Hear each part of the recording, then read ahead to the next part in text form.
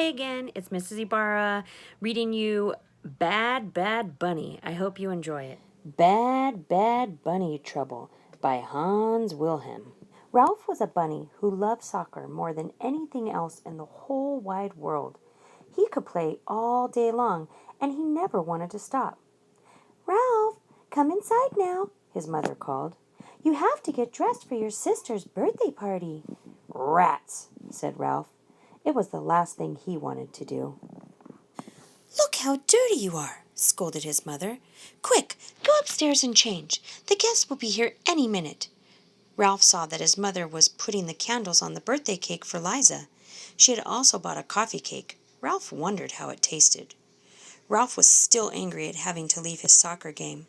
This party would be more fun if we could just play soccer instead of sing songs, he grumbled. We'll probably play musical chairs or pin the tail on the donkey. Ralph took his time getting ready. He was the last one to join the party. After everyone sang happy birthday, Ralph's mother was ready to cut the cakes. Ralph said, I want a piece of coffee cake. No, you can't have coffee cake, said his mother. It's for the grown-ups. The birthday cake is for the children.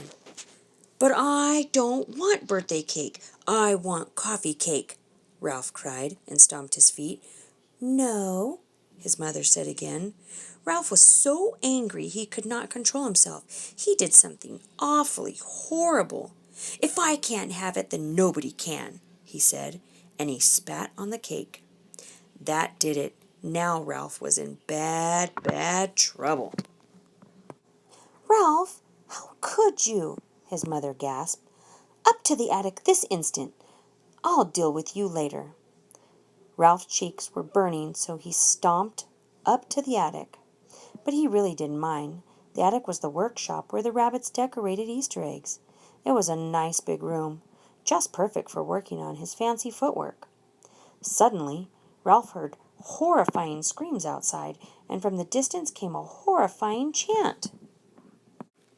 Tasty bunnies, bop, bop, bop, are delicious in the pot, simmered, boiled, or as a stew.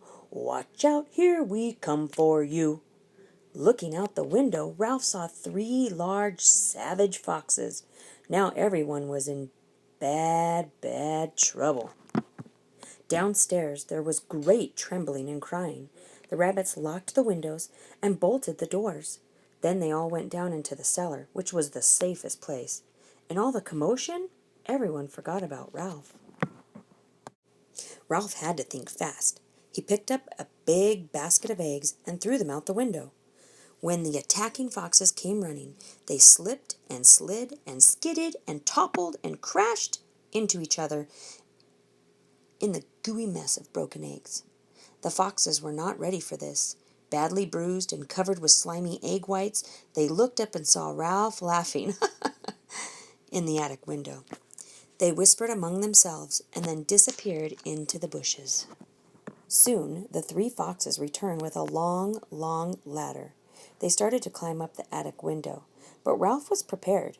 He had lined up all the pails of Easter egg dye, and one by one he dumped them all over the foxes. First yellow, then blue, then violet, and finally a big pail of bright red dye. This was too much for the foxes. Grumbling, they slunk back into the bushes. Victory! Cried Ralph, and he kicked his soccer ball across the room. But in the next moment, Ralph heard and felt heavy thumps. Everything in the room started shaking. Now what was happening? The foxes were back, and they were still trying to get in. Thump, thump, thump.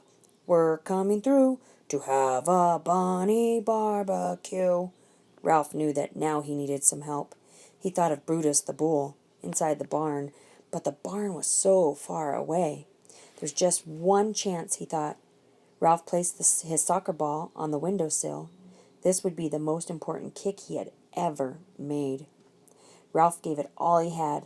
The ball arced and soared and disappeared into the open window of the barn. Ha ha ha ha! You missed us, laughed the foxes, and they gave the door another big thump. Inside the barn, the animals were enjoying their afternoon snooze when the ball sailed through the window. It bounced off the rooster's tail. "Yap-ka-doodle-doo!" he cried as the ball headed for the hen. "Squawk!" cried the startled hen, who accidentally laid an egg, which dropped on the pig and made her little piglets squeal with laughter. They giggled so hard that they knocked over the milk can. Milk splashed all over the billy goat. Shaking and trying to kick himself dry, the goat woke up the sheep and scared them so much they fell against the ladder, which toppled over and knocked down the bales of hay, which fell on Brutus the bull. Brutus had a terrible temper, and he didn't like to have his nap interrupted. He broke through the pen and crashed out the barn door. He was so mad that nothing could have stopped him. There was only one thing Brutus hated more than being disturbed when he was napping: the color red. And that was precisely what he saw when he stormed out into the yard. 3 fire-engine red foxes. Brutus galloped after them and made them howl and run for their lives. Ralph knew that now the foxes were gone for good. "Attaboy, Brutus," he called from the window. "We did it." The danger was over. The rabbits climbed out of the cellar. When they found out what Ralph had done, they gave him a big cheer. Then the happy rabbits celebrated not only Liza's birthday, but also their good fortune. Liza told everybody, "Ralph must be the greatest player in the world.